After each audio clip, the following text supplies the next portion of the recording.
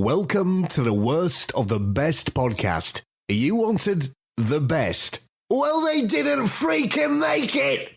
So here's what you get.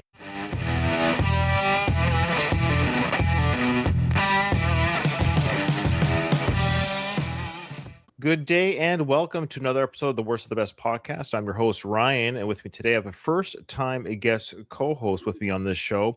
Joe, how you doing? Good. Good to be here, Ryan. We've had you on a couple of times. This is my first time coming over here, and I heard Andy on talking about a clutch, and I was like, oh, man, I'd like to do an episode sometime. I gave you this. I don't know if it was... I don't know. Some people have different feelings about different genres. Sure. And I was like, would you like to do bluegrass or prog-metal? Your choice. What was the other band that you mentioned, though? I don't remember the genre. Steel Drivers. So, like, most people know Chris Stapleton. You know, he's a pretty prolific country artist. Okay. But he got his start. Well, he was a longtime songwriter in Nashville. Okay. He wrote for a lot of other people before he was in the Steel Drivers, a bluegrass band. Oh. And then he struck out on his own, doing his own country music. But Steel Drivers first record, it was like I just like it front to back. Okay. So when it came to like this show, Worst of the Best, I'm like I need something that I like every song on. Yes. And these were the only two albums that I could really be like, these two I could talk about. What an interesting like divergent, which I'm the same way. I love old types of music. I hate it when people say I like old music. I don't really like old music, but I like old good music. And so no matter the genre, if it's a good sound, a good song, I'm looking forward to it. So for context, so if people are watching this show for the first time, they've never seen me, Ryan, host this podcast. Let me give a general breakdown of how it works. So it's called the Worst of the Best podcast. We take something in our life, if it's a personal thing, i.e. music, let's say, we take something that we really enjoy, something that we think is near perfect or perfect, but even something that is perfect, like let's say this album that we're going to discuss today, that's how Joe feels, then we're going to pick what we feel independent of each other. So obviously Joe will not say it during the show. I will not say it during the show. We're going to both reveal our answers at the end of the episode. What we feel is the worst. Now, just because something is the worst, before people like hang up the phone on us, just because it's the worst, it's the least best, however you want to word it. Right. Not every track and not every moment of every track of any album is created equal. Different things elicit different feelings at different times. And so I'm not going to at all reveal my pick till the very end, but I will say there's just something in one song where I'm like, that's the thing. And I'll get into that. So we're doing Mastodon's Crack the Skye. So for background, a couple things. If you're a Mastodon fan, here's some context. I've never heard a Mastodon song in my life until Joe said, Ryan, listen to this album. 2, we are not a Wikipedia fan podcast. Like if you're a big Mastodon fan, we're gonna probably get things wrong. Just bear with us, especially me because I'm new, and Joe's just a fan of the band. He's not a walking Wikipedia page. And 3, if you don't know the band, then stick around and listen to the music. You might find yourself wanting to hear more. That's what we always hope, is that if you've never heard the band, you might find yourself liking what you're hearing. Okay, I think that covers all the ground rules. So we're gonna play little bits of each song. Obviously, not the whole song. It's not even for copyright. I'll tell you. Here's a little secret. I've done lots of YouTubing, Joe. Lots of YouTubing. The way people always panic about copyright. At the end of the day, every single one of these songs will be copywritten. Like they're gonna, whether I play 8 seconds or the whole song. Like I actually do a reaction channel. I'm not sure if you're aware of that. And on that reaction channel, we play the whole song. No breaks. And so all that happens is the companies say, "Hey, we're gonna take the ad revenue. Is that cool?" And we're like, "Cool." And that's all it is. We just don't make any money off the actual Google ad revenue. We make it off our Patreon.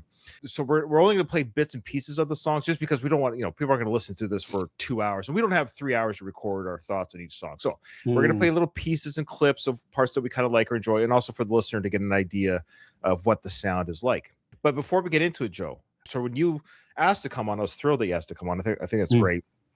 And I did say, hey, is there an album that you like? You picked Mastodon. Why did you pick the band Mastodon? And why did you pick this album? First of all, Bron Taylor, the drummer, and Bill Kelleher, the guitarist, are from Rochester, which is where Andy and I are from. And so we grew up this is like very much like you're a freshman and they're seniors. Like Andy was playing bass for a band and we would go to our local shows, and Lethargy was like the band to go see. Who's that? Oh, Lethargy was the band that Braun and Bill were in before they left Rochester, went to Atlanta, hooked up with Brent Hinds and Troy Sanders, and started Mastodon. So they're half of the band is from Rochester. So that's the first thing. And they're just like really screaming, like not thrash, but like just like next level. The time signatures, even like after you've heard this, you're listening to it, like even Crack the Skye is like almost a toned down version of what Mastodon started out as and what Lethargy was. Kind of hard to digest at times. It's one of those things where you're not going to be like, oh, I get it immediately, right? At one point, being maybe a homer, like somebody who wants to like the hometown stuff or whatever.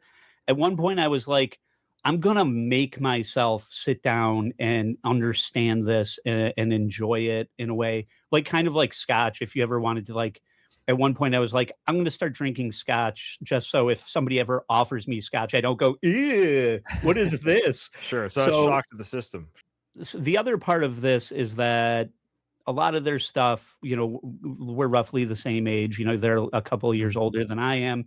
And so a lot of the things that go on in your life, like was happening to the band, at the same time it was happening to me. So there's a lot of like loss and death of like family members involved in the band. A lot of those themes resonate throughout a lot of their albums. And I started listening to this when like after my father died and I had to go back to work, and I sit at a computer. I do like a lot of video editing and things like that.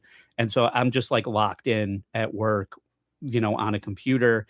And this was an album that I could put on and listen all the way through and enjoy the entire thing. And so that's why it resonates with me on multiple levels. Great breakdown, and I get it, man. I get why some albums, some bands just seem to click with us. My background with Mastodon is zero. It's a name when you brought it up to me, I was like, oh, I think I've heard of them. I also was born in 75. I was raised in the hair metal days. I'm not a music nerd or by any stretch of the imagination, meaning like I'm not looking for the band that's gonna, they're so what's the word I'm looking for? Here's an example. Rush. So we're talking about prog a little bit. I'm Canadian. And Rush is a Canadian band, but I'm not. I don't like Rush. And before that, it's got nothing to do with their talent. Like, obviously, they're very, very good at what they do, and they're very popular. But the sound of prog doesn't speak to my soul. I can't make it speak to me. It speaks to. I think it speaks to people who are very intelligent musicians. Often, I find people who are musicians seem to really like other musicians who are very prog. I think it's not to say that Rush is only for musicians, but prog, Joe, has never been my thing. And so it's not my thing either, really. Okay. To be honest. My question to you is, when I saw that the genre was sort of prog metal, I was getting nervous, like 15 minutes of prog. And so I was a little bit nervous. I also envisioned, before I listened to a first note, I envisioned growling. I thought this was going to be a growling album. And it wasn't. But my question to you, though, is my understanding with the research I have done since listening to I should start again. What I'm trying to say here is, folks, because I do a reaction channel, I keep plugging it in. I'm not even saying the name because I'm not plugging the channel. What I'm saying is on that channel, we don't listen to anything before. Like, we don't listen to, like, when we get a song request, we don't raw. We go in raw. Like, I always say this: the artist should tell me everything they need to tell me with the song. I shouldn't have to do any research. I shouldn't have to do. It's like a movie. I don't want to know the whole movie before watching. Like, this is the song you've created. I want to listen to it. Yeah. So I listened to this album day after day after day, and I will say the first time I put it on, I was like, I'm not sure about this. Like, the first song, Oblivion. I'm like, what am I thinking here? And here's this, not spoiler, but here is the result of listening to this day after day after day for about 3 weeks straight. I freaking love this album. I forget it comes out in 2009. This is already like 16, 17 years old. I can't believe that. It sounds like it could have been released today. I remember I messaged you after probably listening to it for about a week or two. I messaged you because like every vocal, like I wasn't. After you asked me how many singers they had. I messaged you and I said, how many? Because I didn't do any. I didn't look up band members' names. I didn't look up anything about these guys. I just want to hear the album as it is without researching. I didn't even know what they looked like. And so I said, how many singers are there? because I feel like I heard up to 3 voices, and indeed you came back and said there's 3 different people singing at different times. And I still don't quite know who's singing where. And when you told me that, I was thrilled. I was like, that is so freaking cool. I love it when the band members share vocal duties. You're like, hey, well, Ryan, now that you're into the album a little bit, why don't you check out their documentary on the behind the scenes? Like, cool. I'm gonna go. I get to see what they look like. I get to see some of the behind the scenes on this. That's really cool. So I went to the YouTube video that you sent me, the playlist of the documentary. And right away, the first comment. Do you want to guess what the first comment on the first video I watched was? Like, right away, the first comment. Oh, I can only assume it would have been like "Rip Brent" or something like that. Yes. So I'm reading this Brent. What's his name? Brent Hinds. Brent Hinds. Yeah. Okay. So I'm reading this. I'm like, who's Brent Hinds? Like, is it the producer? Is it the number one fan of Mastodon? Because I didn't know any of their names. So I Googled it, and I was so freaking mad. I messaged Andy, your brother. I said, I'm mad at your brother. I'm going to tell him on the air, though. I said, I'm mad at your brother because he gets you hooked on this album, this band. I'm so excited to discover the discography, to find out the guy's one of the founding voices and one of the heart and souls, according to the comments of the band, has tragically passed away in 2025. It's brutal, and it just happened, right? So it is, like, to your point, like the heart and soul of the band. Like, there's Braun is, hailed as one of the most prolific drummers of, at least our time. If you look at like age or whatever, phases of music or something like that, very talented drummer. And I feel like Bill is like a riff monster. Like I feel like the hooks, like all of the very catchy parts come out of Bill. Interesting. And Troy has the classic booming, like when you were saying you don't know who's singing. Braun is like the clean vocal. I think I said that Brent sound a little like Ozzy, like very reminiscent of Ozzy. Okay. And then Troy is kind of like the classic metal and bass player, right? Okay. So, but to that point, Brent was like the heart of like all of they did like an EP at one point called Cold Dark Place, and it was all Brent's music that was like just like this heartache music. He just brought something completely different to the band that I don't really know how they'll replace it. I've heard they've already done live shows without him, haven't they? Yeah, they do. Somebody can step in and play the notes. I've been fans of bands for decades, some bands, and band members come and go for various reasons, whether it's death, firings, what have you. And I always say the music shouldn't stop. Like, there's something to be said that the music has been composed, it has been created. To say we're never going to have this sound live again, that kind of cheese people, and I don't think Brent would even want that to happen. So you would think he'd want the music that he's been a part of to be still heard and felt and celebrated by people. He also had been kicked out of the band. Like, okay, that was my next question. Why? I think substance abuse and just like I actually, and I'm wildly speculating, but they lost their longtime manager a couple years prior to this, and I really think that guy was like the glue guy of the whole band. Where you hear things like Phil Lesh of the Grateful Dead would travel completely independently of everybody else, or who, like, Guns N' Roses can't get along. Like, these people can't get along sometimes, but they know they're in a business. And I feel like that manager was able to manage these guys in a way that his loss sent everybody into a bit of a spiral. And I think the other guys like Braun and Bill and Troy desperately wanted to make it work with him. And I think he was just like kind of like a free spirit. Like, you could not lock that dude down. And if you dive into any more or explore or like look up Brent Hinds in any other way, you'll see what I mean. He's just like a unique individual that you can never replicate. And for context, again, for our listeners and watchers of the show, I have now, since I got the full flavor of the album, I'm at the point where I'm singing along with lyrics, that I went and watched some live performances of, and I only stuck to the album. Some songs they did live from this. I saw the Letterman performance, and so I got to see what they were like playing it live. And it was just really cool to see them. It just made me appreciate them more. And especially, I thought Braun was really cool in drum singing. I think that's really cool watching him do that. Yeah, so here we go, folks. Let's dive into the album Crack the Skye. It's the 4th studio album by the band. It was released March 24th, 2009. It debuted at number 11 on the Billboard 200. Wow. And yeah, Prog-metal. yeah, very good. And I will say this: it's more metal than prog. This album. Yeah.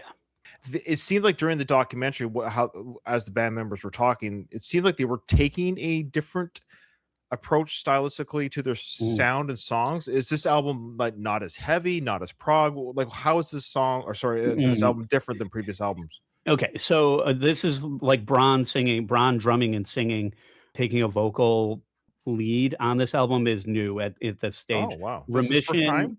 they did a natural elements type of theme throughout their first couple of albums. Be Remission, their first one being fire, Yep.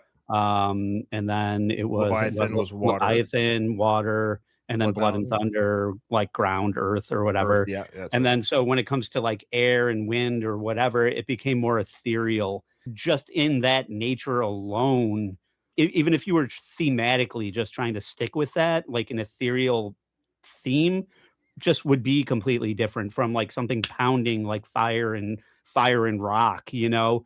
I'm not like an album guy really, you know. I'm I'm into singles, you know, or Right. We talk whatever. about concept album. This The is idea. yeah, these are like concept. This one especially is like a concept album. Yeah, I only got that from the research. Yeah. I listening to it for like 3 weeks in a row, and I've listened almost like I've listened to it beyond what I had to do for the show. I just listened to it because I'm a Yeah. fan now of the album, but I kind of got the feeling that it was a concept album because the way the songs Sure. bleed into the next one, it has a Mhm. it Even seems the to have a title's like the story. Czar title. That's right. Yeah. But I'm like you. It's like, sure, there's a story to be told, and I caught, of course, a lot of lyrics on my iPhone. I'm reading the lyrics, and it's very poetic. That even I didn't know what they were talking about necessarily You until I wouldn't. read. But the album overall centers on themes of ether, the classical. It's either aether or ether. I apologize. It's Ether, AE. I would say. Okay, the classical fifth element representing souls, spirits, and the ethereal realm, Mhm. continuing a loose elemental theme from their earlier works, like we mentioned. So this kind of is that error. So it's the narrative follows a paraplegic boy who experiments with astral projection, which I know what that is. Do you know what that is? Kinda. I mean, you could The- explain it to me. the I could brush up. Well, the government, there's like, if you, I'm a bit of a conspiracy theorist, not that Okay. I subscribe to the theories, but I like reading about what people talk. I look at it as a hobby. Like, what do people say about things? It's fun to listen to flat earthers, but I don't Yeah. subscribe to it. Sure. I always get a kick out of what they, anyways. Same. So astral projection is you're able, like, whatever kind of state put my mind in, Joe, I could put myself, or I can see you where you are in your room right now without the camera. Mhm. Like, I can, Luke I can Skywalker, yeah, Luke it's Luke Force Ghost. Skywalker. Yeah. Hey, I don't care. I don't care what anyone says. Last Jedi is my favorite Star Wars film. I love Yeah. that they give a big F. You know why? Because I love that they FU'd all the Star Wars fans. It made me so happy in the theater. Anyways, so yeah, that's astral projection. So those paraplegic boys. Now, I guess the meaning there is he's able to move, right? The idea is he can now move and do things he couldn't do in his physical body.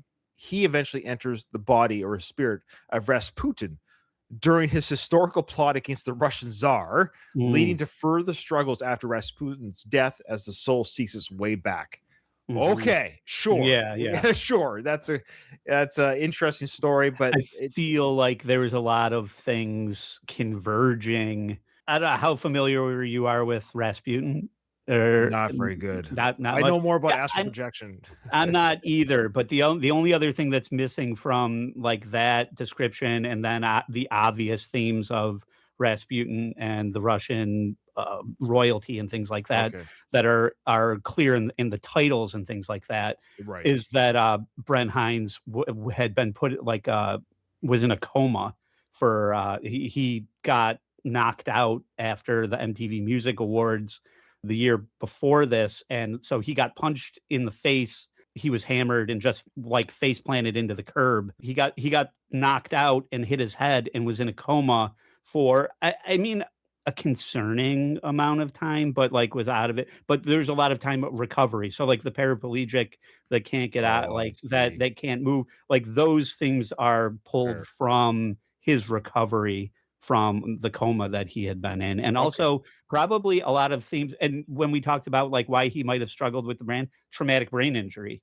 right? And so it does change. It can change somebody. It really can. yeah, so you have 4 very successful or 3 very successful albums, and then this one is like I think one of their most celebrated albums. I have here for my out of this. research. It says Crack the Skye is widely regarded as Mastodon's creative pinnacle. Yeah. Do you feel Yeah. that's true?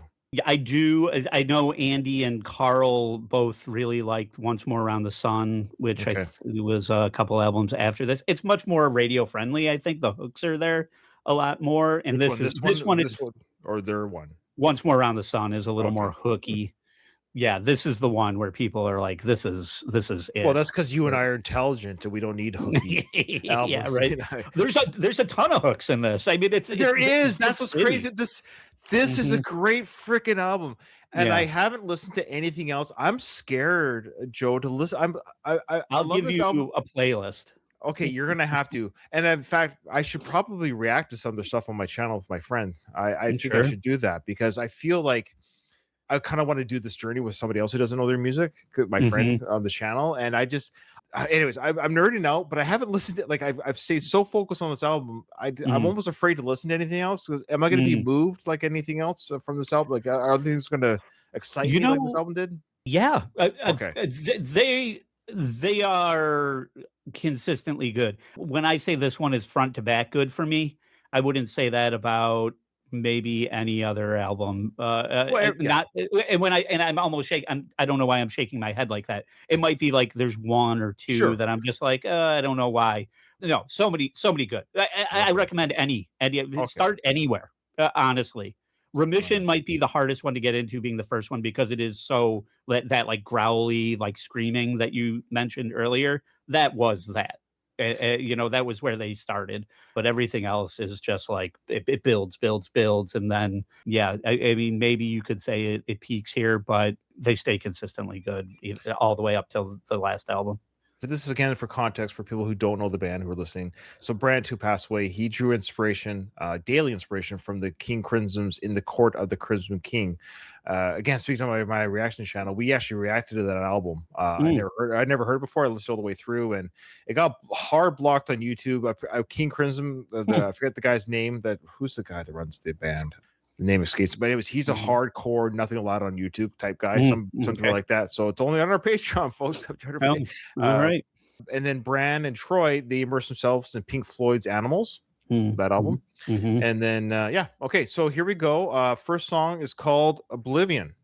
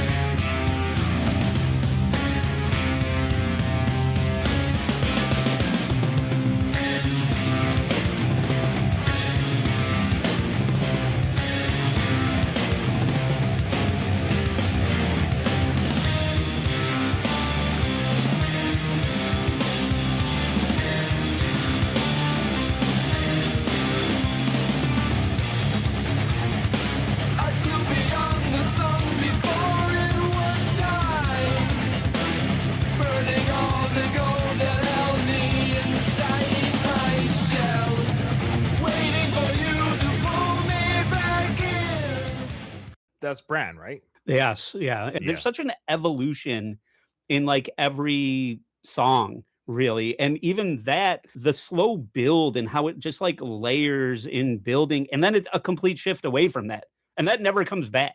Yeah, it's an amazing intro. You get the feeling here at the very beginning that you're already getting that ethereal departure of the body of the paraplegic boy as he's like doom, doom, doom, doom, and then it speeds up. Almost I can see his like spirit kind of almost spinning in space or whatever it is, like he's been let go. Yeah, and then that's Bran's vocals. So when I hear these vocals for the first time again, I don't first listen. I'm like, I don't know who's singing. I don't know who's who in the zoo. Like I said, it was like after a week or two, I'm like, there's got to be more than one vocals. This guy cannot. One guy is not doing these three different sounds. You mentioned they're about my age. Like I think Brent, he's a year older than me.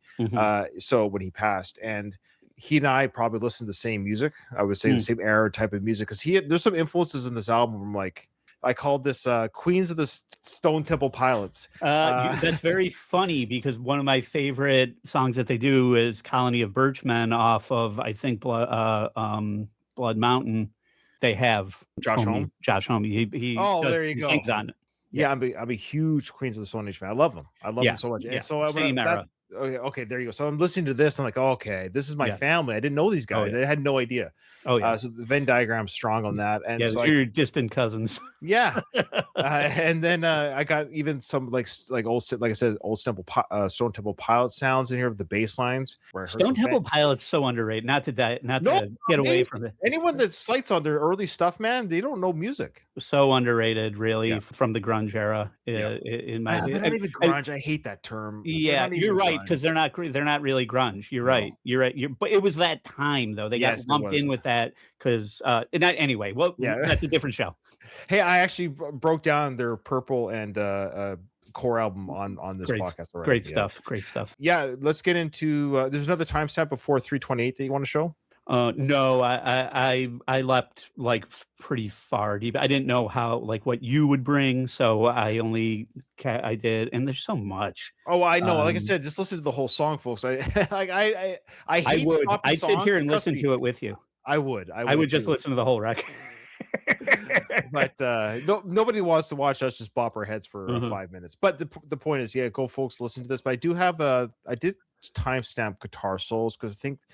So I assume Brent does all the solos. Is that the idea? Or yeah, well, like I said, you could that chugging. I think is Bill. Like when it really kicks in, and then a lot of the noodling would be Brent. But you get solos from both of them for sure. I'm a big solo guy, so when I hear the solos in a song, I'm like, yes, thank you, and they do not disappoint. So here we go, the solo of Oblivion.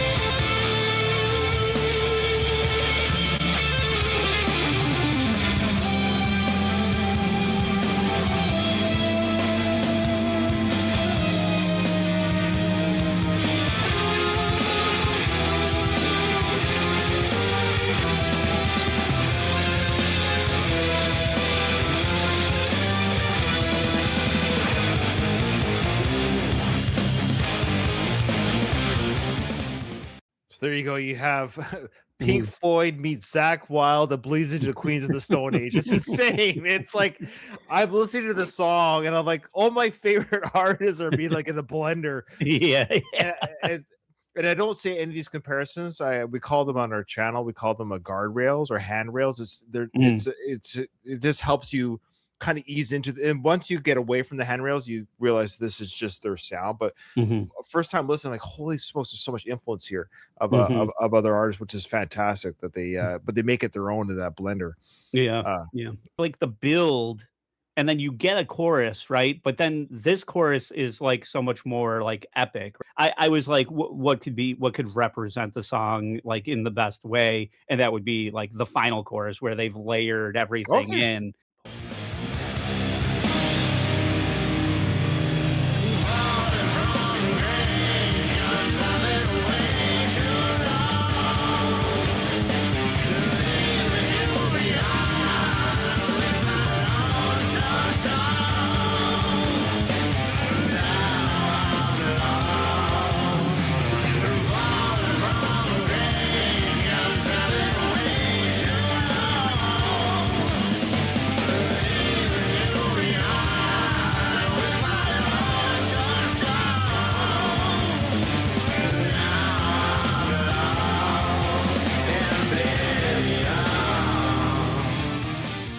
So that's Troy. That's Brent.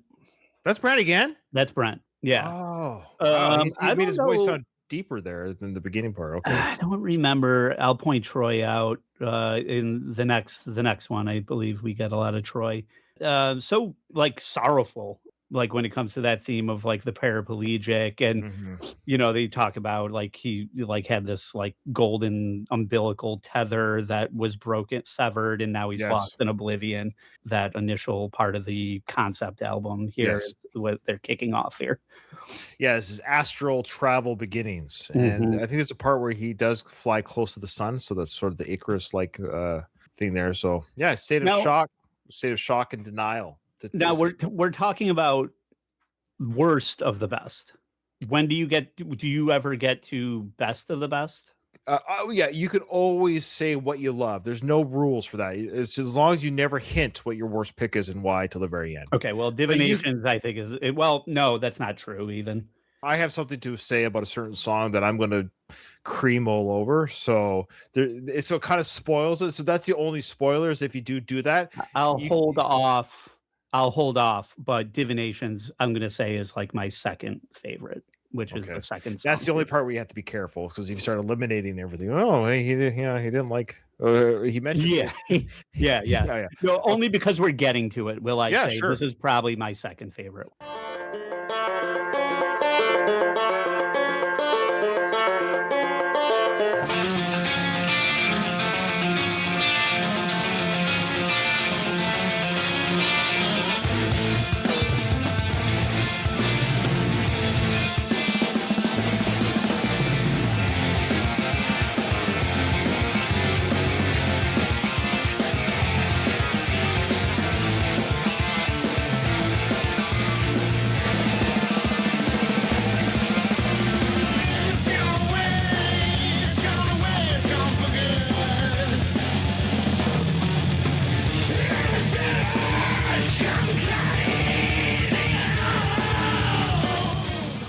Who's that part there? That part. This is Brent, but then with a no escape part that's coming up here, that'll be Troy. Wait, that was Brent both times there? That was him with the wow. That was him. That vocal lead in is Brent. Wow. And so then the no escape, the chorus like Viking spirit, trapped in time space. That's Troy. So you'll hear the shift coming up. I thought the shift was there with those two different sounds there. That was Brad both time. Wow. Yeah, that's him like going for it. Versus, why did they hide him for so long? They didn't. No, for a long time it was Troy and Brent. Like if in their first. Oh, sorry, I said Brand, the drummer. No, not Brent. No, this is Brent. This is Brent. Their names are very close. Maybe we should say yeah, lots of B's. Bill, Brent. Yeah, Bill, Brent, Braun. Okay. Yeah, that's right. So this is that's Brent. That makes more sense. Okay, this is Brent, but that's cool. I love that vocal. I'll try and hit that T. Yes, because I was gonna say Brent, man, he's doing the scream. I love it. But that whole drum, like I'm like drum lead like that initial that fill right before the vocals kick in. I'm just like, oh man, he's going crazy on the drums right there. Okay, so it's Brent. And now we'll hear. And that Troy. was.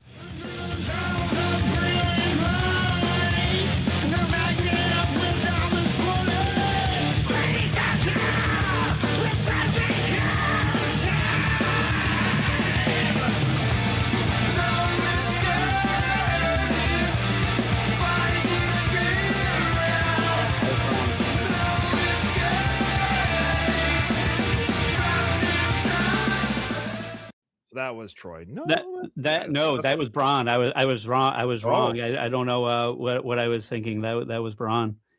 This is what's amazing about these guys. I love it's confusing for me as a new listener of the band, new fan of the band. I'm sure I'm getting there. I'm kind of getting there. But I love that they have these different vocal guys singing. This adds so much more to the song, doesn't it? Oh yeah.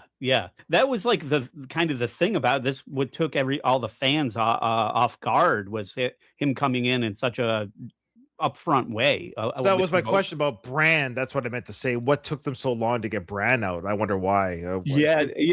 Brand. I think it's a Ricky Bobby reference that I think Brent described Braun's vocals as a combination of Fergie and Jesus. They're like, we found out he could sing, and we threw him on the record here. He's like, what? I just decided to sing a song one day. Hey, wait a minute, you can sing? Yeah. Like, Well, because that's the other part of this. I don't like that the themes here that Crack the Skye is very personal to Bron about his sister's suicide. So he was always going to be like really heavily involved in this because I think a lot of the writing is obviously very personal to him. Yeah. Well, yeah. I can't wait to talk. I can't wait to talk about his sister's suicide. All right. Agreed.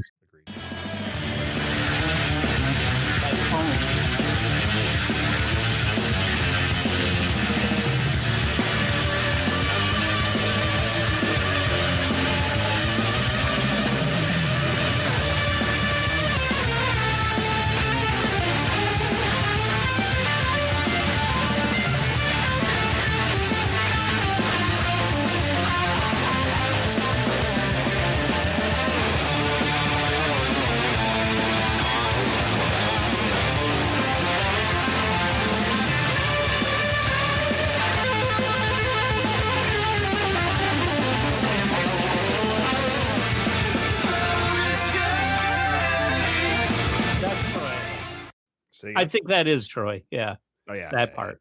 Yeah. Definitely. Yeah. That's a wicked solo. This song is a little bit, I think it's the shortest track on the album, but boy, it packs a punch in a short amount of time. There's definitely a video. You didn't find the video for it, did you? The only thing I saw was like the David Letterman performance. And then I tracked down, I sent you a message saying, do you have any pro shot stuff? It's hard to find pro shot stuff of these guys and from this album. You find better quality stuff on social media than you do on YouTube. Okay. So if you like follow their page or something or dive deeper into social media, I think you'll get a better quality recording at times. The video for this is like they're mountain climbing. They're like on some type of mountain climbing expedition, Bron, Bill, and Troy, and they uncover the caveman, Brent. Oh. And it's just like very thematic, like again, like him being kicked out of the band. It's just like he was always kind of like this outsider or like pain. I think he always positioned himself as the other or outside, even in the band, you know? So even when he was like working with these guys and they're making something great, he's always like, yeah, but I'm different, you know, I'm not really part of this, you know, or I'm part of it, but in a weird way. So it's just odd to reflect on it and see like, and I think that's all him, you know, like that's just the way he feels basically. But it's a great video. So this song, the simple meaning or behind the meanings of this song is the protagonist's soul wanders the cosmos, encountering spirits or visions, references to divination, seeking meaning in the chaos, and wormholes and portals. The heavy driving riffs, apparently Joe represents bargaining or anger because the grief process. So there you go. Yeah, I mean that makes sense. That's for those who are interested in the concept part of it. Yeah, sure. The people do like concept albums. That idea. It's high concept. You know, it's not some. Yeah, I'm not smart enough for it. Well, it's also like made up, right? I mean, you're putting chocolate in peanut butter, or you know, more, it's even I don't know what's the wacky combinations of shit that you you didn't think would work, but it works. Yeah, putting chips in ice cream or something like that. You know, it's right. Like it's like that's what they're just like. One guy in the band is like, I'm reading this biography about Rasputin, and somebody else is like, I'm coming out of a coma. How do we? We both have kids. It's just, I always try and tell my kids, it's just like, they're playing something I don't want to play. I don't want to play that. Well, what do you want to play? You know, they're playing School and I want to play, you know, Spaceman. And I'm like, why don't you play Space School? Why don't you put those things together, figure out how to do it together. That's good parenting, folks. You'll be playing something completely original, you know, if you get creative, you know. Okay, the next song is Quintessence. Did I say that right? Quintessence, I think. Quintessence, thank you. Yeah. Before we play, this means the fifth element or pure essence. Mm-hmm. So the soul drifts further, confronting the essence of existence, loss, and the universe. The song also builds the ethereal themes with psychedelic elements and emotional intensity. It's tied to depression and guilt stages, introspective and heavy.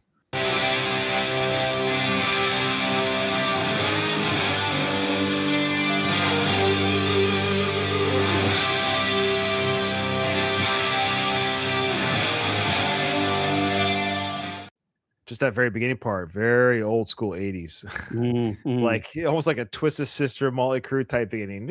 Like do shout, do. It almost has that very like very 80s that soundscape to that part there. Yeah, and the dueling guitar tone or something like that they're playing together. You don't hear that. It's very like Maiden, where the guitars are like expertly combined. I'm not a musician, so I can't speak to it like from I'm not a musician. a knowledgeable level, but like when you have that two guitar sound, it just sounds so much more epic, like played together. And yeah, that's how that starts off.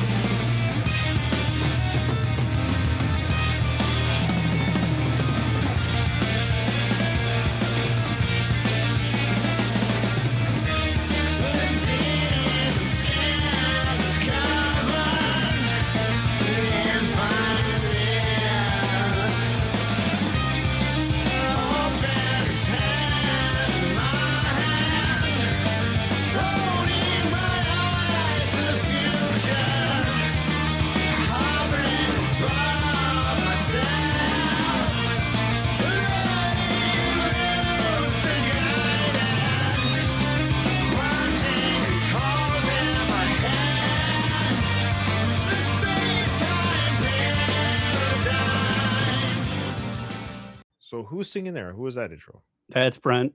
That's Brent again. Okay. I thought so. I should have guessed. I should have said it, but I'm too afraid to be wrong. I don't want to embarrass myself. I've already been wrong, so don't be afraid. I've listened to it a billion times, and I've probably burned my brain out on it because this is so different than everything else we've heard so far, I think. Oh yeah, we're gonna play that for sure. Here we go. But yeah, this just gets dreamy, at this part.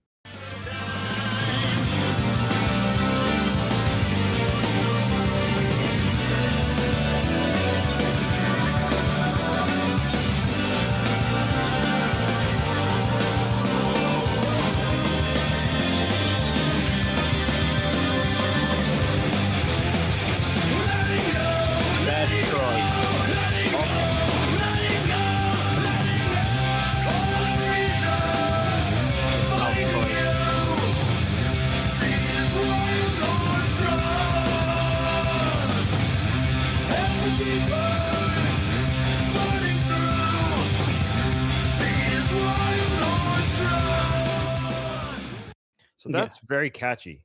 Yeah, that's the first time where it's definitely been Troy really staying. Even the bass line throughout that dreamy part, and then that whoom whoom, like where with his vocals there, the very Troy forward vocal and bass line in that section there, which is we haven't heard up to this point in the album. Okay. Now, does Bill not do a lot of writing, and or does he write, or is he just I think he writes a lot of the riffs, like when we start hearing like the catchy, the things that like really catch you, not it's not the riff stuff, I think, is Bill. And he does sing backup vocal a lot, but he you'll hear lead from the other three guys, but he's just more supporting vocally. And on their 6 albums, like, hey guys, I can sing too. If somebody would just ask me. I can't remember what it might have been live or something like that. I think somebody was just like, "Oh, it's good to see Bill taking a turn on vocals every once in a while." That's funny. That's great. It's just I like this one, and it is I think kind of I'm like, this is where it's unique. So whatever you have. Well, I just have the outro, sort of an outro guitar work. It's not, there's no real solo in the song, but there's a cacophony in a good way of guitar sounds at the end here. Here we go.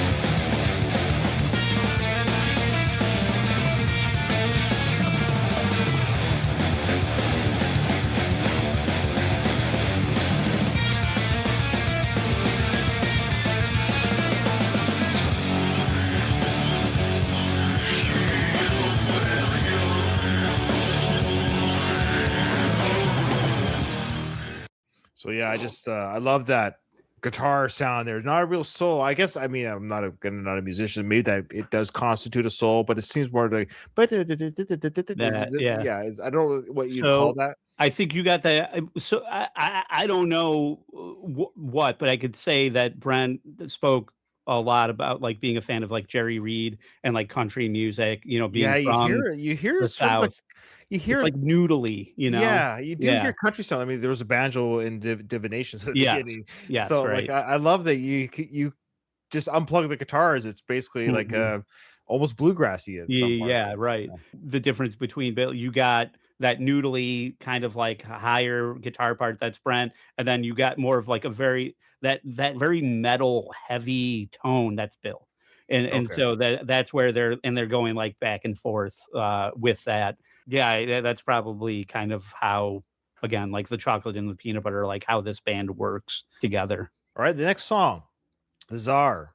Yeah, this is the first epic Well, of the record. yeah, and again, I'm hearing this for the first time. I was going for my run, listening to this, and I'm like, have I?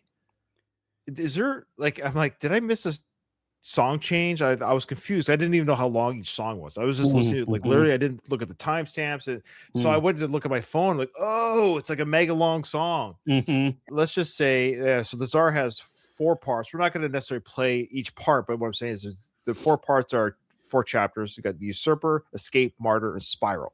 mhm, Okay, and then overall, this song is of course, has the it's called the multi-part suite. It centers on Rasputin in the Tsarist Russia, his rise as a mystic healer, influence over the Tsar, assassination plot, this usurper, escape elements, martyrdom, and downward spiral. The protagonist's soul possesses Rasputin to navigate back to Earth, so it represents anger, depression, historical metaphor for personal turmoil and power struggles. Okay, yeah, now this song is my favorite song on the album by mm, not by far, but just this song is so freaking amazing. I can't believe mm, how good this song. There's some parts mhm, that it's just so cool. It's just mhm, the vocal work. The sound, mhm. I'm sure it's the same things you're thinking of.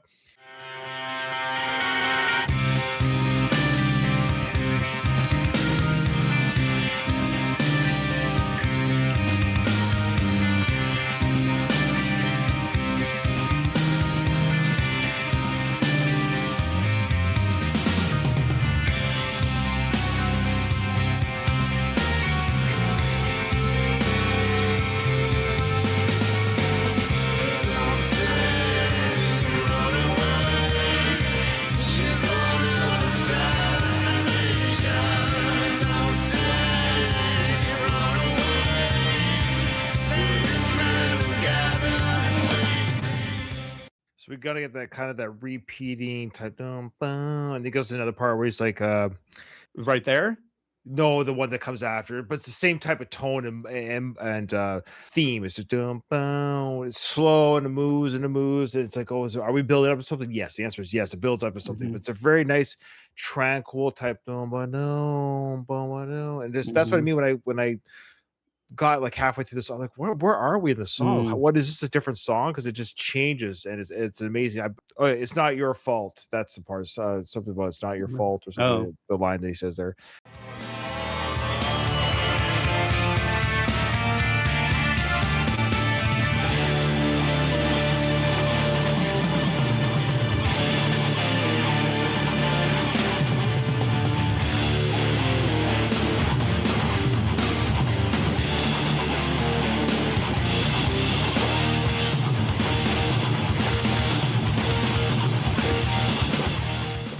Now I'm going to tease people. I know people are mad at me for stopping, but I just want to say that part there is even right there. You're like, oh, cool. That riff is Mhm, so cool. You're like, they're kicking up and seconds, but then you're like, oh my gosh, it kicks up to a notch of play and the vocal work.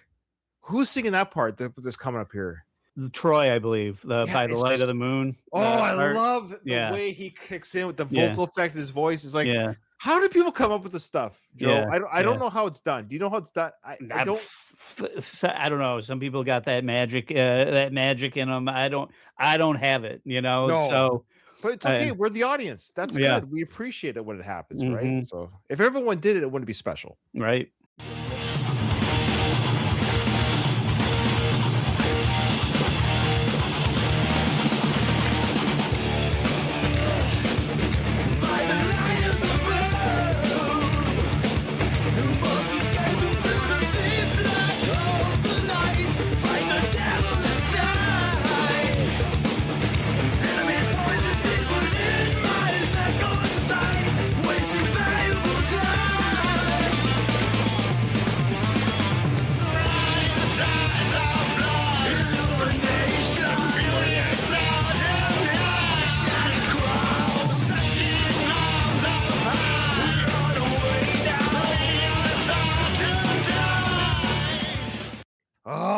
my gosh, I was So- so good. So this is a good. I mean, this is obviously the part, like very obvious, the Rasputin part of it.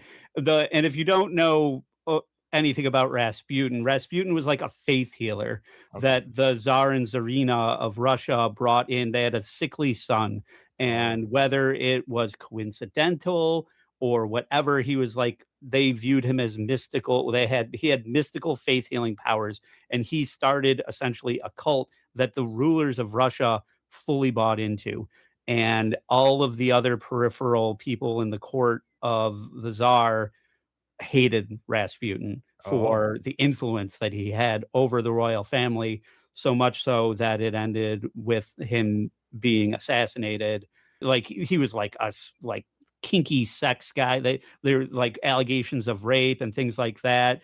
At the time of his death, the rumors were that he had been poisoned and the poison didn't work. They tried to poison him twice. He had been stabbed previously and didn't die from it.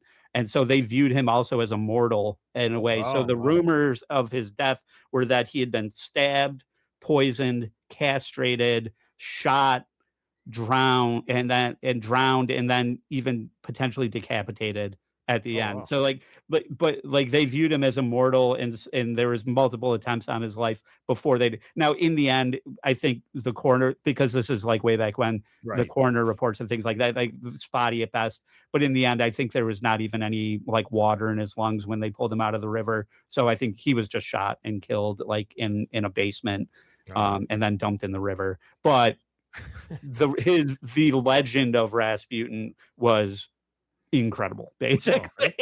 Wow, that's great. Well, great, because I appreciate the insight on that. I had no idea. Yeah. All right, we'll play a little bit more here. So the back and forth, of course, is Troy and Brent, right? I love that back and forth. They're just this part is so good that when I'm on my jogs listening to this, I cheat. I know you're not supposed to do this in songs. I'm sorry. I go back to it, listen to it a few times in a row. Just that whole build up. I want to hear it again and again and again. I don't get the sick whole of it. song, because this just that part where it kicks in and you hear that bass line. It almost sounds like electronica, it's a weird almost like electronica type sound to the bass line. It's I love it.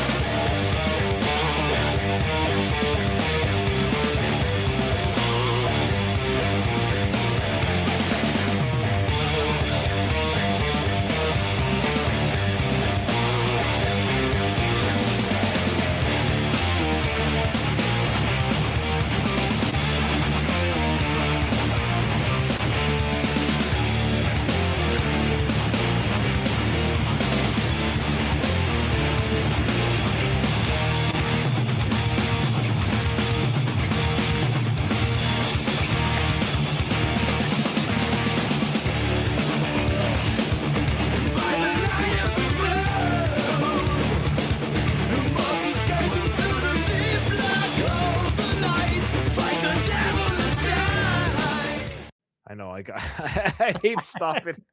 You repeat I know. I don't want to stop. Okay, so it repeats what we just heard that first time. I just want to listen to it again, but we won't. Go listen to this, folks. All right, we're just gonna listen to Ryan's favorite part over and over again. I freaking love it. I was thinking, this is just metal. Am I just an idiot? Like, I don't know did they very light on the prog on this album, which I'm sorry. I appreciate this is just a metal album to me. I mean, I only consider this prog in the set. This could be 4 songs, right? Or 2 or 3 songs, right? They could have cut this off if they wanted to, but I think like the prog part, it's the time signature, the hard shifts and things like that. Maybe that's what I guess when I think not of prog. like, it's not this, it's like it's not. I don't even know how far you would have gotten into this album had you not essentially had an obligation to listen to it because we're doing the show? Maybe that's a good question. I don't know. Yes, because no matter this isn't the first Like, time. would you have made it to this song? Would you have gotten through I the think first so. 3 I don't know to get to this, and then looked at it and been like 10 fucking minutes? Well, I have things to do.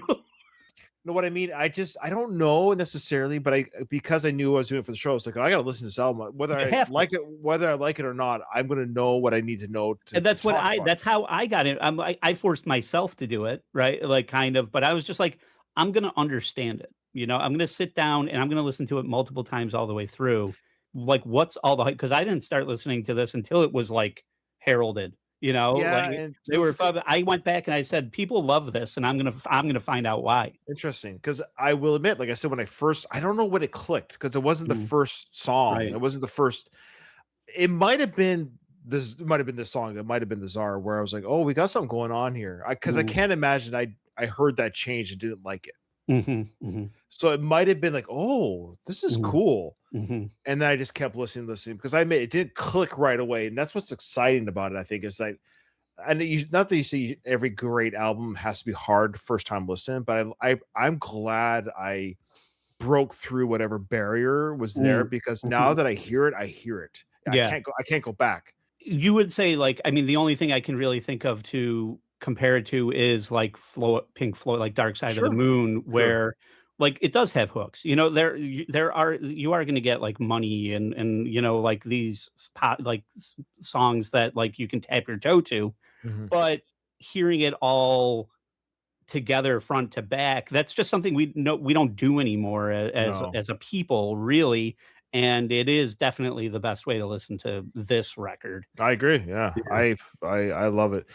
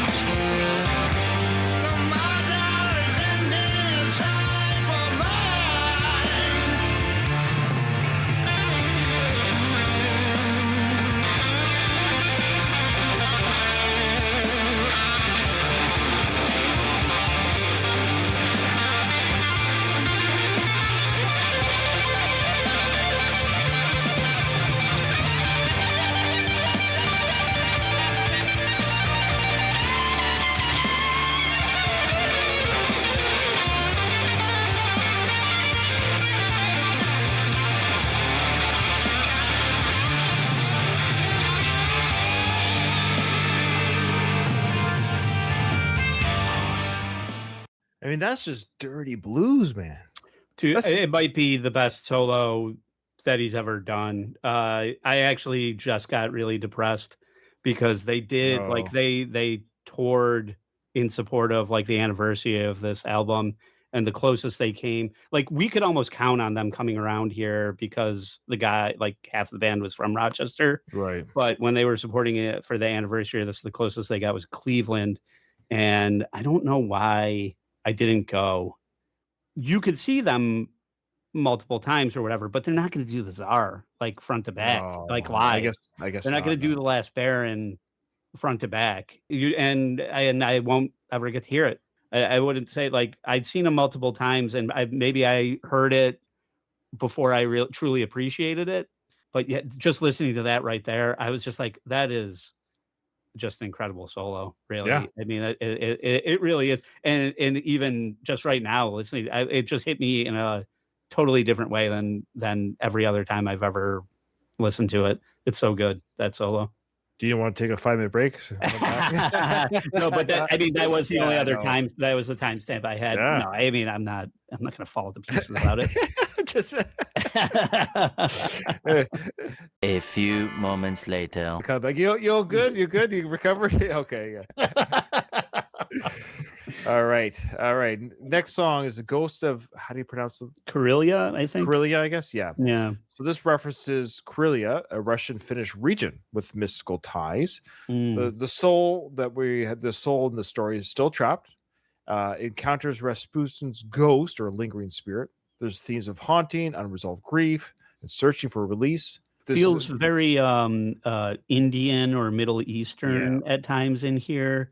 The drums in here, and then these are some of Troy's best vocals cool. in this song, I Yeah. think. I think for all intents and purposes, if you have this on the vinyl, I believe this would be side 2 now, or side B, or whatever. Yeah, that makes sense.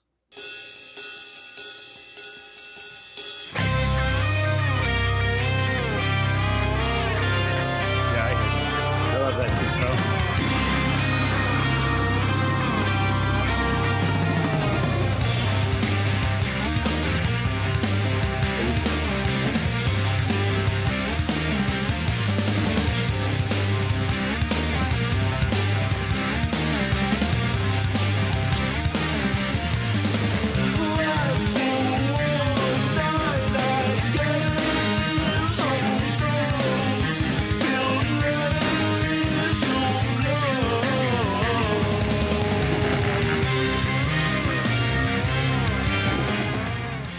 Yeah, I love it. I don't know how he does that. I love that. That bass tone is Yeah. so filthy in this too. I really love that intro.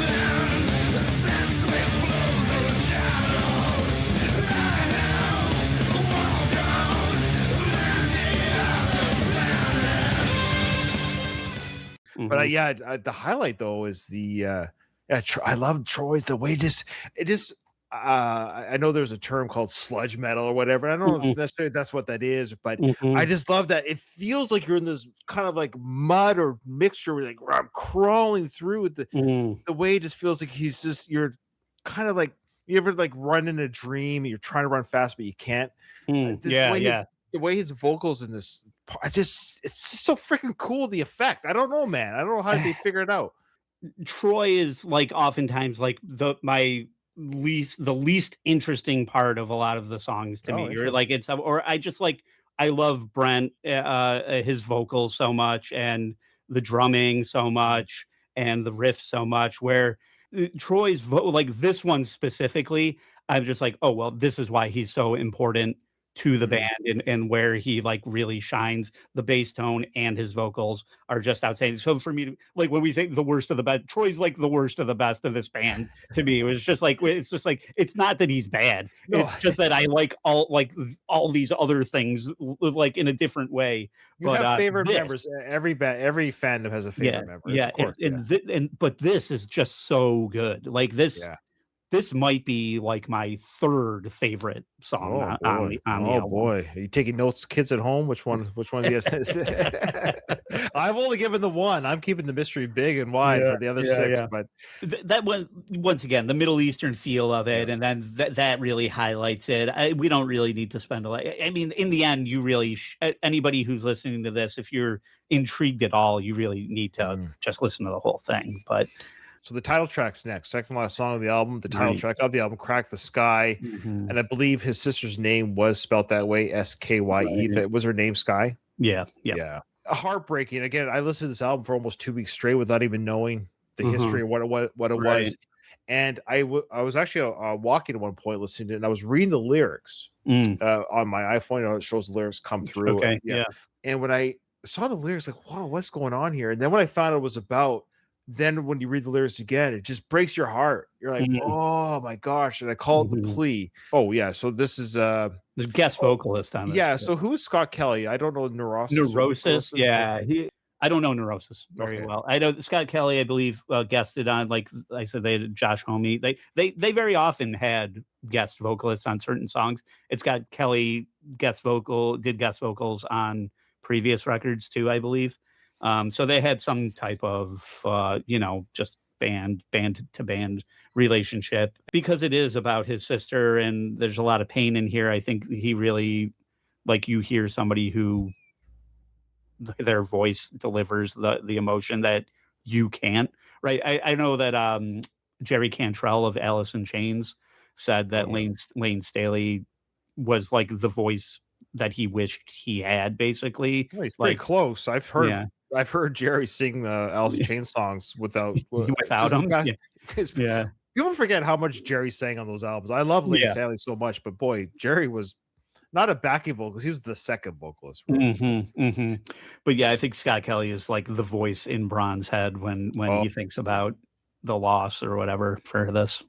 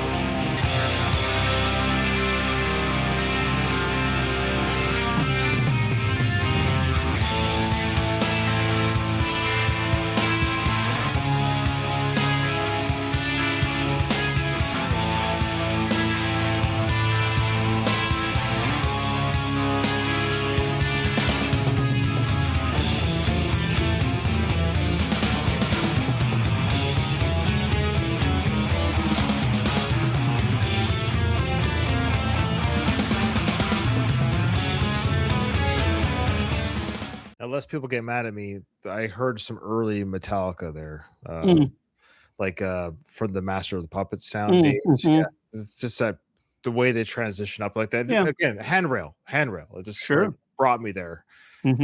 Okay, so here we go with some of the vocal sound on this. And I guess who is singing this for sure? Do we know? The really heavy vocals are Scott Kelly. Okay. Oh, really? Yeah. Oh, the part that I probably earmarked. Okay, I see. Oh, really? Okay. Oh. Coming with your son. The rivers ran in blood, spark fuel to fire. So that's Scott? Yeah. Okay, cool. I thought it could have been Brent even. So it could have been. Yeah. Okay, interesting. But it's a little bit deeper. I think the voice is deeper. Yeah. And here's the thing: I'm not a big growling like fan, but it works when the song works. I don't know how to explain it. Like, because the song, the compositions are so good. They're clear. I guess I'm not a fan of like this when the sound is so like speed death. Like, what am I hearing? It sounds like the layers of music and guitar work and everything is so amazing. So when this deep kind of growl voice comes in, it fits the mood of the song, especially the data, what the song's about. Because now we're dealing with that shattering loss, of course, of the character Rasputin himself dies, but also it's the metaphor of Skye's death. And so it's just, this whole song is just heartbreaking.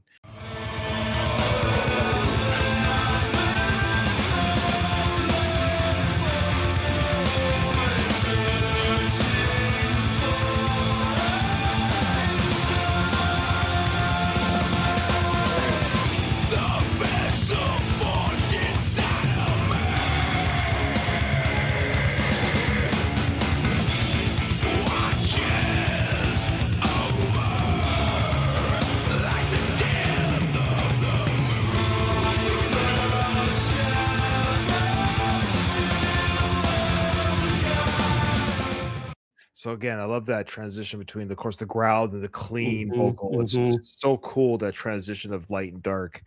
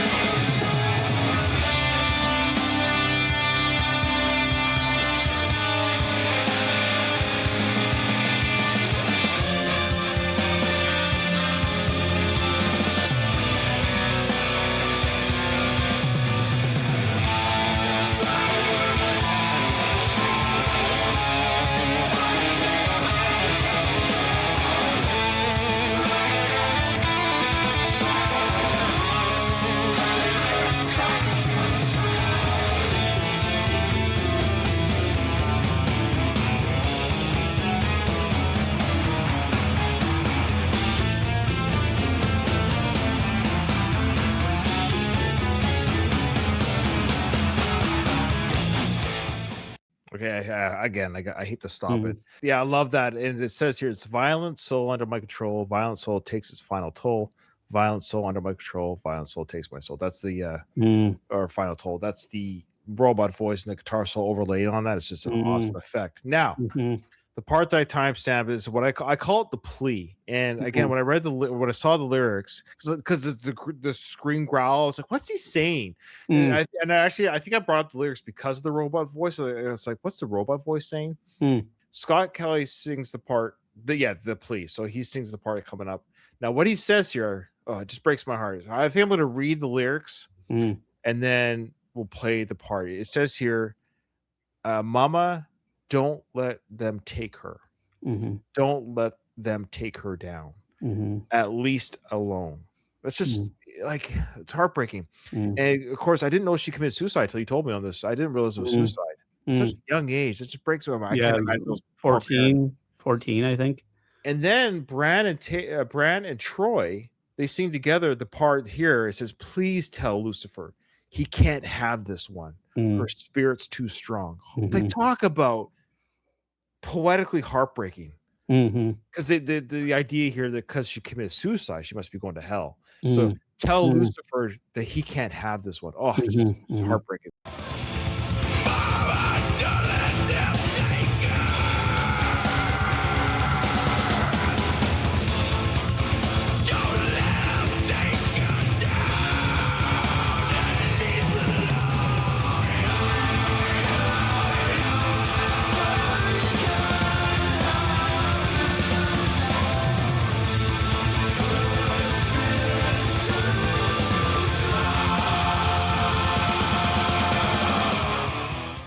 Now, this kind of music shouldn't make you tear up, man, but it does. It's powerful. Like, that's when you use that kind of voice effect, singing effect. That's a freaking plea to the gods of hell. Like, you leave that girl alone. Oh man, it's amazing. My worst song of the album. No. All right, I gave 2. Okay, all right. So. Yeah, it's brutal, especially if you know like what it's about. Like if you just hear it, it's just like, it is, I think, the heaviest song on the album. I think that's like common, usually agreed upon, that this is the heaviest song of the album. When you know what it's about, it's just so personal and devastating, really. And it's hard to listen to, really, I think. Yeah, I agreed. Okay, well, the last song of the album, it's 13 minutes long. It's called The Last Baron. The Baron may be referenced to the Rasputin, or the final figure of power or authority. The soul returns to the body or finds peace, overcoming paralysis and loss. So the themes throughout the song is healing, acceptance, rebirth, ties back to the ether and the ethereal return. And this is definitely the album's grand finale. The opening lyrics of this would probably be one of the only tattoos I would ever consider even getting. Okay, let's check it out.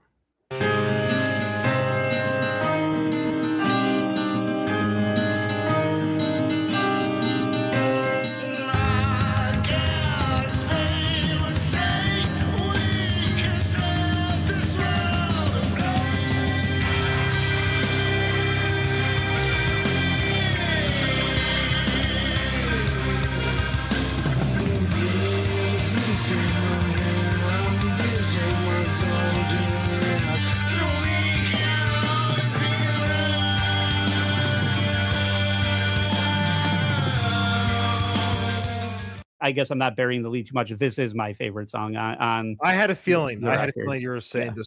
Like, it's funny how we both picked the longest songs as our Yeah.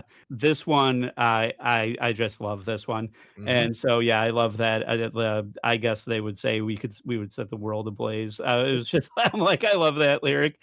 That's a great one.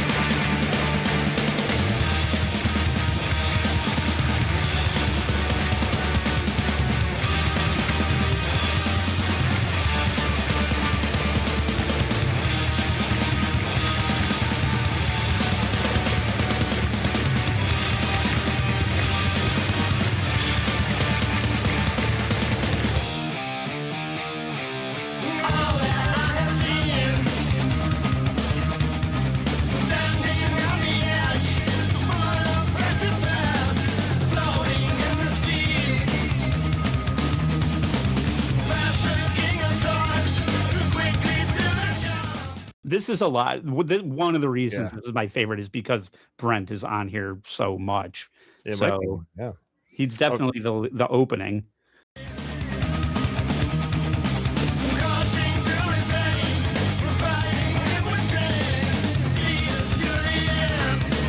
Brent.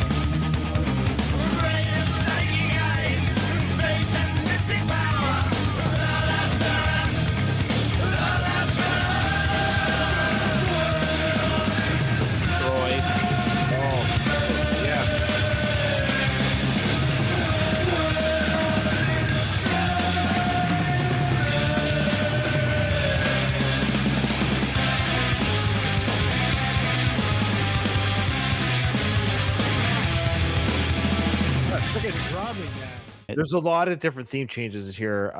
I don't know if I'm the only person in the world that will hear this. I'm a huge fan of this band. So when I heard this part in the song, again, they're about my age, so like they must have been fans of these guys too. To me, this is their nod to Eddie Van Halen. The way it's played there just sounds very Van Halen-esque to me. Yeah.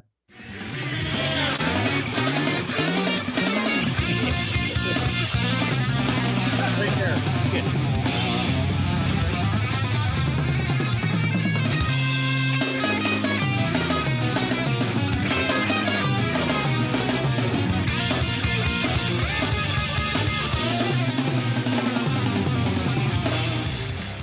So when I heard that, I was like, "That's Van Halen." Yeah. That sounds like a Van Halen outtake from like Hot for Teacher or something. It was like when you think of like Hot for Teacher, it's like the hot rods breaking down or something. Now maybe I'm seeing. Tell me if I'm off my rocker on that. I don't think so. No, I mean the up parts feel very Van. That feels very Van Halen.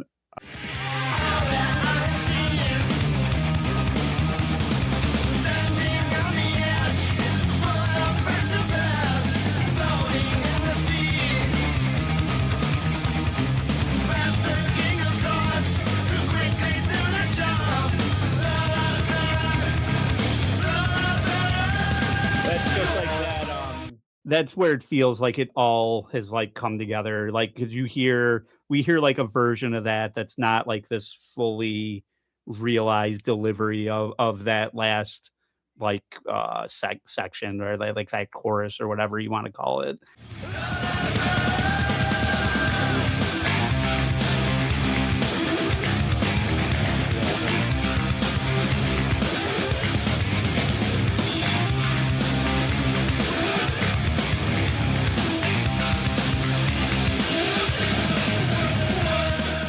Yeah, I just love that. I can listen to that doom, but I just the harmonic. It's like a harmonic slide. Like I've played just enough guitar to know that I suck at it, but like when you can get the harmonics, like you're lightly touching the string and bringing it up, and that's how you get those harmonics. And you usually see like Eddie Van Halen, like that ding ding, those little pings or whatever, but that's him like riding that string up or whatever. But that's I awesome. love that sound.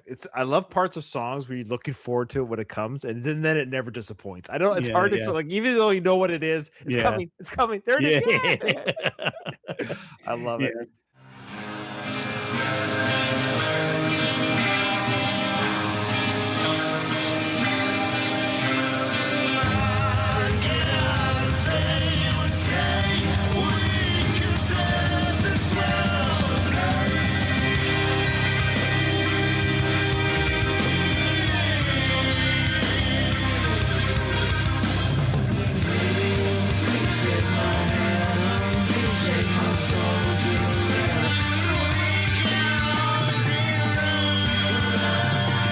Yeah, so that repeats that intro, but then we have the solo that kind of takes us out, I believe. Mm-hmm.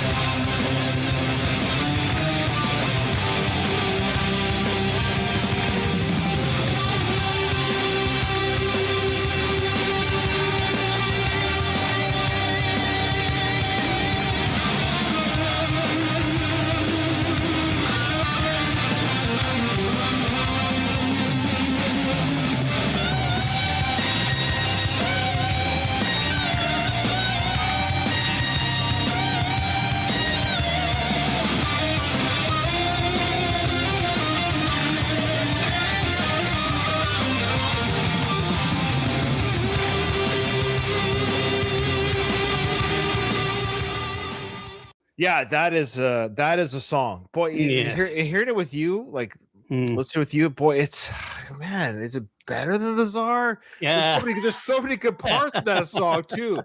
This I is like them both. Yeah. yeah, of And that's, course. This is the best, the best. Now I'm having a battle of which one do I but like. you saw me get literally upset over the solo in the Czar, where I was just like, I listened to the Czar plenty, and I'm never like, oh, I like it more than, but that listening to that solo today, I was just like, that's so much better. But to your Eddie Van Halen analogy or whatever earlier, where they're really heavy, I don't know about the tuning, like drop D, I don't know what tuning Right. they're in or whatever. But did you ever see Eddie Van Halen where he was like, did you ever hear My Elephant, where he turns the volume down and like hits like a string and a pedal and then like cranks the volume and it sounds like an elephant blast or whatever. Oh, What more do you want? Let me do my elephant for you, okay? Ah, man. Okay, wait. Here's my horse. Whoa, it's bigger. I thought you was nailed.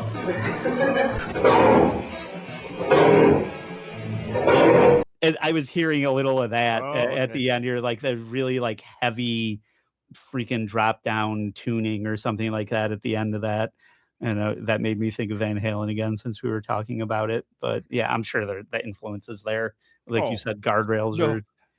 are. Eddie Van Halen hasn't influenced anybody that plays guitar. I don't think. Yeah, no, not at all.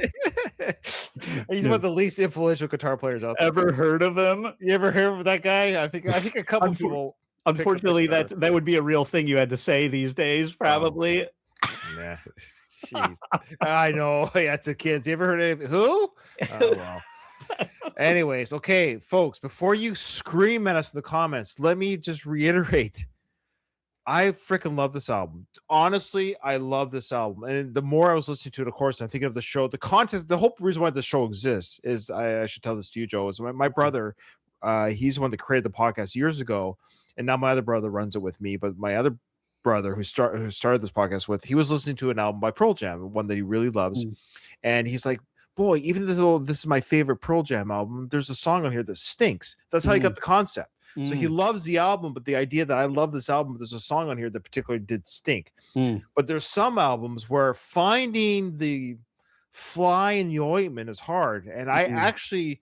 This is one of the first albums I've done. I've done quite a few on this podcast. Some have been very easy to pick the worst songs. Some have been easier than others, right? It's just okay, great album. This song, come on, it's garbage.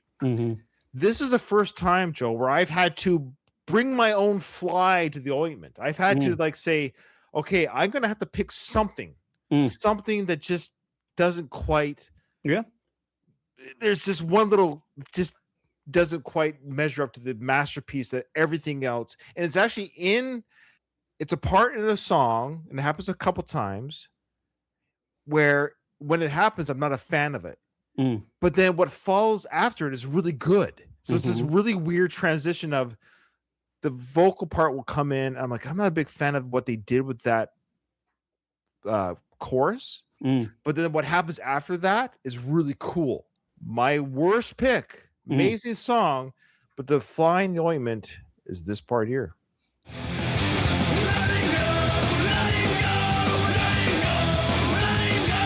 That's it. That's the worst part of the whole album. Is that letting go, letting go, letting go. There's nothing unique about it. I've heard it before in other songs. I just it's for whatever reason, it sort of sticks out as the right after does this.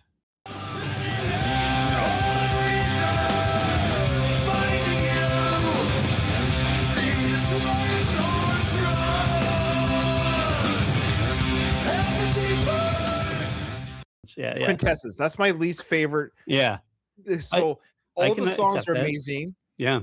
This song is amazing. I love what happens right after it. I almost created an edit. I was like, I don't have time, but I wanted to make it like I was going to take the song and just take out that part and see what it would sound like if it goes. Because that's it. That's my fly in the ointment. It's just funny. Letting go. That's the worst part of the album. But even that's not bad. That's just the worst part. My pick is, I'm sure, dramatically unpopular, and it doesn't like. I think like Crack the Skye is the one that like I just don't. There's a couple of things that I have take issue with, and once again, great song. I said it's the heaviest one Yes. on here. There's a million great things about it. I don't love the robot voice. The it's written all over your face line. That part. What we're saying. Just-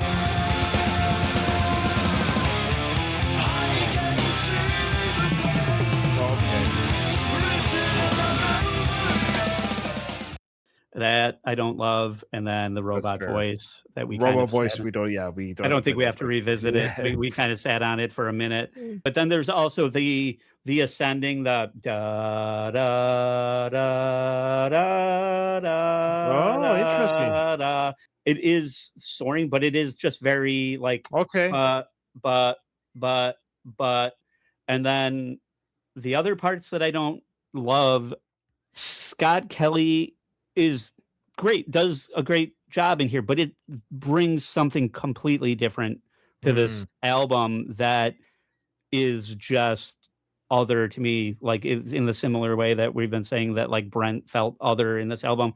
The song itself feels other, that it doesn't fit into the whole concept of the album in a certain way.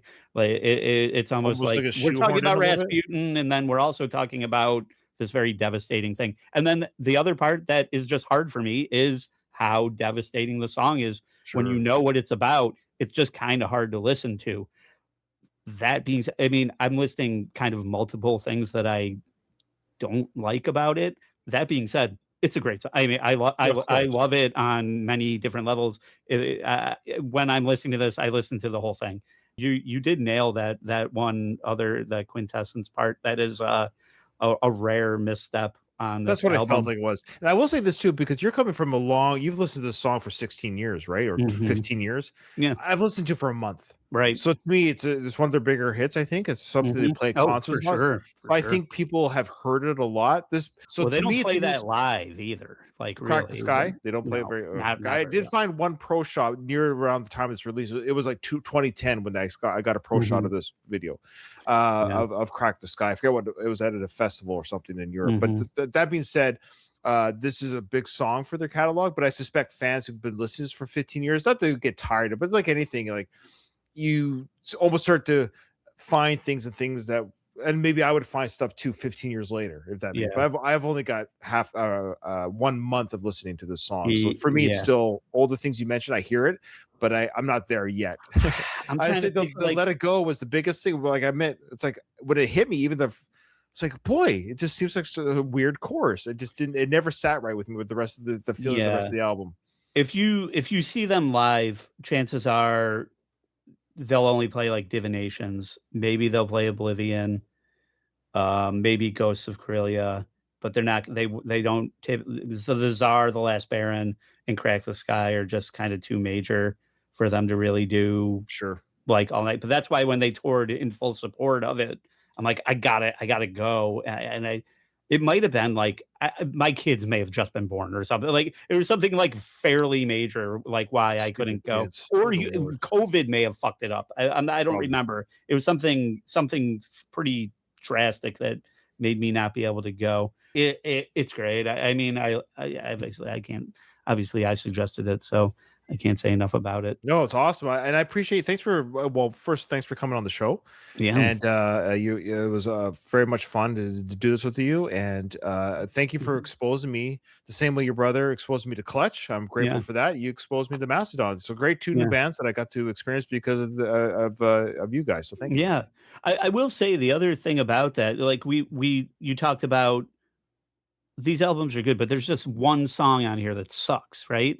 I'm not saying it's this record, but Crack the Skye was definitely one where I was just like, I don't know, I don't like this one, but it's like definitely one of the most popular. Yeah. And I was just like, I'm going to sit down and like they put it on here for. You're telling me you like every other song, but you don't like this one? Well, they put it on here for a reason, right? So you trusted their taste in every other aspect of the album, but this one you're like everything but this. You know, so I'm like, just in the concept of your show, I don't even know if you can even like. I'm sure there are ones where it's just like whatever, you know, it's talking about Van Halen. It's Ice Cream Man or something. I don't know what it. No, what it can't be Halen Ice Cream Man. It can't be a cover. That's one of the rules. It can't be a cover. Okay. Yeah, it's not like that's the easy way out. Anytime we do that, it's not allowed to be a cover, and all the band members have to perform on the song too. So instrumentals are sometimes out. Okay. Okay. Yeah. But it was just that was one where it's just like, no, I'm gonna figure out why I do like this one or why they put it on here or whatever. But it's good. Well, Like I said, I've been trying to. Andy doesn't like Mastodon the way I like Mastodon, and really, it's like all over the place. Like some of it's like too heavy, too time signature, not hooky enough, or something like that.